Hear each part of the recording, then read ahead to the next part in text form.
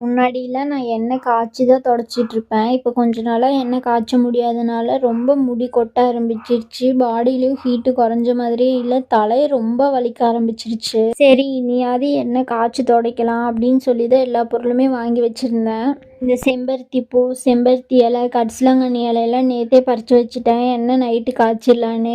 Night காய்ச்ச முடியாதனால காலையில் எடுத்து பார்க்குறேன் எல்லாமே வாடிருச்சு. சரி பரவாயில்ல, இதவே வச்சு காய்ச்சிக்கலான்னு சொல்லி தான் நான் அப்படியே காய்ச்சிட்டேன். என்னென்ன பொருளில் நான் சேர்த்துவேன்னா, வெந்தயம், கருஞ்சீரகம், செம்பருத்தி இலை, செம்பருத்தி பூ, கருவேப்பிலை, கரிசலாங்கண்ணி இலை இருந்தால் போடுவேன், இல்லைன்னா விட்டுருவேன். சின்ன வெங்காயம், கத்தாழை இதெல்லாம் போட்டு தான் நான் காய்ச்சுவேன். ரொம்ப கருகவும் விட்டுற மாட்டேன். ஓரளவுக்கு சூடாக இருக்கும் போதே நான் இறக்கி வச்சிருவேன்.